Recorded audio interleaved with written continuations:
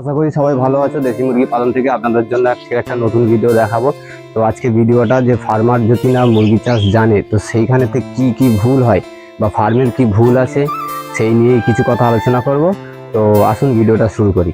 তো ভিডিওটা শুরু করার আগে যারা চ্যানেলে নতুন আছেন অবশ্যই চ্যানেলটাকে সাবস্ক্রাইব করবেন, কেন এই ধরনের ভুল হতেই পারে, মানুষের ভুল হতেই পারে। তো সেই কারণে যাতে ভুল আপনাদের না হয়, তো সেই কারণে এই ভুলটাকে ধরিয়ে দেওয়ার জন্য আজকের বিশেষ করে এই ভিডিওটা বানানো হচ্ছে। তো আপনারা ভিডিওটা না টেনে লাস্ট অব্দি দেখুন।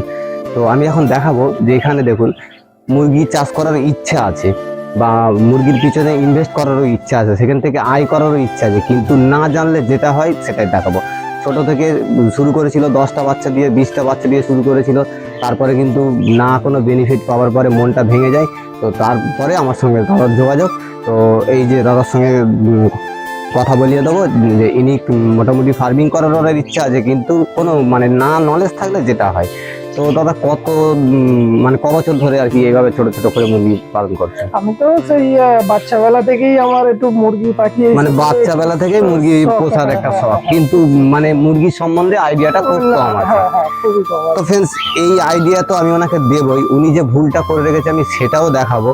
তার সঙ্গে আমি ওনার ট্র্যাকচারটাকে কিভাবে করলে পারে উনি মানে একটা কাজ করতে পারে সুন্দরভাবে, তো সেটা আমি দেখাবো। তো দেখাবো একটু এদিকটা একটু দেখাও। তো এদিকে তো বৃষ্টি এখন অত্যন্ত হচ্ছে, তো সেই কারণে দেখতেই পাচ্ছেন মানে চতুর্দিকে একটা মানে পানীয় জলের একটা প্রভাব থাকে। তো এখানে দেখুন মুরগির ইচ্ছা আছে, কি পাখিরও শখ আছে দেখতে পাচ্ছি বেশ ভালো, কিন্তু থাকলে কি হবে জানা নেই, যার কারণে বিশাল একটা সমস্যা তৈরি হয়ে গেছে। তো এই সমস্যাটা কিভাবে মিটবে তার সলিউশন আমরা চেষ্টা করব দেবার ওনাকে, যাতে উনি করতে পারে। তো সেই নিয়ে কিছু কথা আলোচনা করব। তো এখানে দেখতে পাচ্ছেন মুরগি রেখেছে, এটা দেখাও। মুরগি রেখেছে দেখুন, এই যে ভিতরে মানে দেখাই যাচ্ছে না, ভিতর বাইরে থেকে কোনো হাওয়া বাতাস ঢুকছে না এবং বেরোচ্ছে না, এটা হচ্ছে নাম্বার 1 ভুল। ঠিক আছে, এই ভুলগুলো কিন্তু নোট করবে। দ্বিতীয়ত একটা বাচ্চা ওখান থেকে বের করো, ওই যে বাচ্চাটা বের করো। দেখুন কি হারে মানে না জানলে কিভাবে ভুলটা হয়, আমি একটা ছোট থেকেই আপনাদেরকে দেখাই। এই যে বাচ্চাটা দেখতে পাচ্ছেন, বর্তমানে এই বাচ্চাটা, একটু বাইরের দিকে আসি তারপর ছবিটা ক্লিয়ার আসবে। এই যে বাচ্চাটা দেখতে পাচ্ছেন, এটা 1 থেকে 1.5 মাস বয়স আছে, ওজন হবে কত 200 গ্রাম খুব জোর হলে। এই বাচ্চাটার কত প্রবলেম দেখে নিন, উঠে দাঁড়াতেই পারছে না, এই দেখুন। তো এই ভুলটা কি করে মানে সমস্যার সমাধানটা হবে আমি সেটাই আপনাদের দেখাবো, আরো দেখাচ্ছি একটা। এটা একটু ধরো, হ্যাঁ। এই যে একটা মুরগি দেখতে পাচ্ছেন, একই সঙ্গে মুরগি, তো এটা বেড়েছে, বাড়লে কি হবে দেখুন। এটা হচ্ছে ডবল এফজির বাচ্চা আছে, তো ডবল এফজির বাচ্চা সাধারণত এইভাবে কিন্তু দেখুন এর গায়ে মাংসই নেই, তার মানে এর পিছনে যতটা খাই গেছে সেটা কিন্তু পুরো লসে রান হয়েছে। তো সেই লসটাকে কিভাবে মেটাবো তার জন্য কিছু তথ্য আপনাদেরকে দেবো, তো আমি একটু দেখাবো বা দাদার সঙ্গে কথা বলে বোঝাবো। তো তবে যেখানেও দেখুন এখানেও কিন্তু বাচ্চা রাখা রয়েছে, এই বাচ্চাটার কারণে বিশেষ করে রাখা। এখানে দেখুন বাচ্চাটার মধ্যেও কিন্তু ফল্ট আছে, এই যে বাচ্চাটা রেখে দিয়েছে এখানে দেখুন নিচেতে পুরো পানি আছে, ঠিক আছে, এখানে খাবারে দেওয়া আছে পানিও দেওয়া আছে, কিন্তু এই যে পানি ভিজছে এই বাচ্চাটাও কিন্তু প্রবলেম হবে।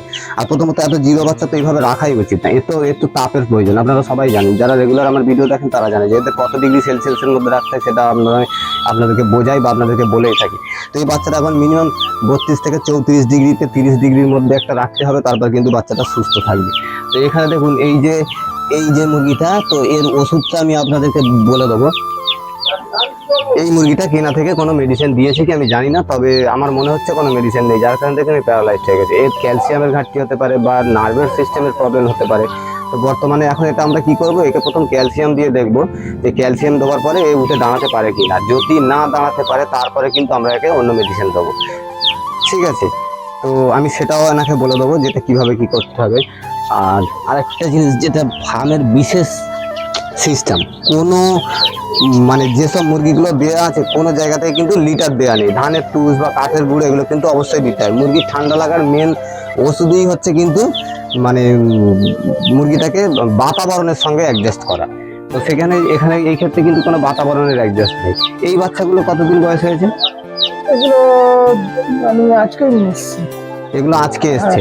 তো এখন তো মানে আপনার তো ইচ্ছা আছে তো যে বাচ্চাটাকে মানুষ করি ঠিকঠাক ভাবে, যেন ঠিকভাবে মানুষ হয়। তো একে কি খাবারটা দিতে হবে আমি সেটা বলবো। মুরগির বাচ্চা এমন একটা বাচ্চা, মুরগিকে আমরা যত ছোট থেকে দ্রুত বড় করে নিতে পারবো তত কিন্তু মুরগির রোগ ব্যায়ামটা খুব কম, মানে যত দ্রুত আমরা বড় করতে পারবো। তার জন্য আমাদের যদি দামিও খাবার খাওয়াতে হয় আমরা কিন্তু ছোট থেকে দামি খাবারটা দেবো। যখন 1 কেজি প্লাস ওজন হয়ে যাবে সেই ক্ষেত্রে আমরা তখন আমরা ফিড খরচ কি করে কম করি আমরা সেটা চেষ্টা করব, সেগুলো আমি সব বলে দেবো, নাম্বার দিয়েছি। তো ফের আমি যেটা মেনলি বলতে চাচ্ছি যে আপনারা যদি মুরগি চাষ করেন তো মুরগিকে কিন্তু এইভাবে পরিবেশ দিয়ে মানুষ করা যায় না। মুরগি একটু দৌড়াবে, একটু ঘুরে বেড়াবে, এখানে কিন্তু পরিবেশ আছে। আসলে দাদার নলেজ নেই বলে সেই কারণে করতে পারেন। আমি একটু বাইরের দিকটা দেখাই যে এখানে কত সুন্দর পরিবেশ আছে।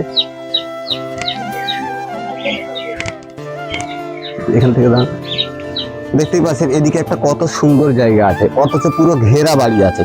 এদিক থেকে কোনো দিক দিয়ে কোনো একটা বেজি বলো বা অন্য কোনো ইঁদুর বলো, মুরগি কিন্তু এখানে মানে নষ্ট করে দেওয়ার সম্ভাবনাটা কম। দ্বিতীয়ত কথা যে এখানের পরিবেশটা যদি এখানটা ফার্মটা করা যায়, এদিক দিয়ে যদি আমি 1 ঘন্টার জন্য যদি মুরগিটা ছাড়ি তো এদিকটা কিন্তু পুরো মুরগিটা মানে ঘুরে ওর যেসব ভিটামিনস গুলো প্রয়োজন, যেগুলো যে পোকামাকড় থেকে ভিটামিন গুলো তৈরি হয় সেগুলো কিন্তু এখান থেকে সুন্দরভাবে তারা নিয়ে নিতে পারবে। তারও আরো প্রসেস আছে, সেটাও আমি বলে দেবো যে কিভাবে কি করলে পারে অল্প খরচার মধ্যে দ্রুত মুরগি বাড়ে। তারপর আরেকটা কথা কি বলছিলে যে মুরগি বড় হয়েছে কিন্তু আমি বিক্রি করার পরে আমার লস হয়েছে, তাই তো? মানে মুরগি কত ওয়েট পাইনি আমি, মুরগির বডি ওয়েটটা কম হয়েছে। আমি কিন্তু খাইয়ে গেছি ঠিকঠাক, প্রত্যেকদিন রেগুলার রুটিন খাই গেছি, কিন্তু আমি বডি ওয়েট পাইনি। 6 মাস বয়স হয়েছে কিন্তু সেই সত্যি আমি ওয়েট পাইনি। সেটাও বলে দেবো। 1 কেজি 600-700 করে ওজন পেয়েছি 6 মাস পর্যন্ত খাই। 6 মাস খাইয়ে 1 কেজি 600 বা 700 গ্রাম হার্ডলি ওজন হয়েছে। তো এর পিছনে রিজনটা কি? এগুলো হচ্ছে আমাদের নিজেদেরই ভুল, যার কারণে কিন্তু আমরা এগুলো করতে পারি না। আমাদের এগুলো করতে গেলে প্রথমে মুরগির বিষয় জানতে হবে। আমি 10টা মুরগি পালন করি বা 20টা মুরগি পালন করি, কিন্তু আমাকে সেটা আগে বুঝতে হবে, তার বৈশিষ্ট্য জানতে হবে, তারপর কিন্তু আমি ওই বিষয় নিয়ে কাজ করলে পারে, তারপর আমি কিছু সেখান থেকে বেনিফিট পেতে পারি। তো ফ্রেন্ডস, ভিডিওটা আজকে তো বৃষ্টি এসে গেল, এখানেই শেষ করবো। আর পরের ভিডিওতে আমি ওনার দেখাবো যে এই ফার্মটাকে কত সুন্দর করে করা যায় বা অনেক করে বেনিফিট পাচ্ছে, আমি সেটা কিন্তু পরের ভিডিওতে বলবো।